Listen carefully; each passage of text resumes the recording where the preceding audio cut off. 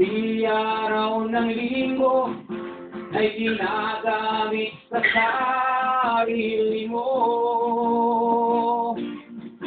6 na araw ay di ba na kontento?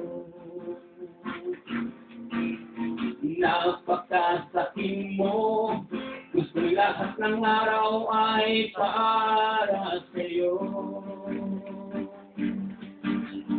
Napakasakin mo, gusto lahat ng bagay ay mapasayo. 6 na araw ay di para kontento. 6 na araw ay di ba na kontento?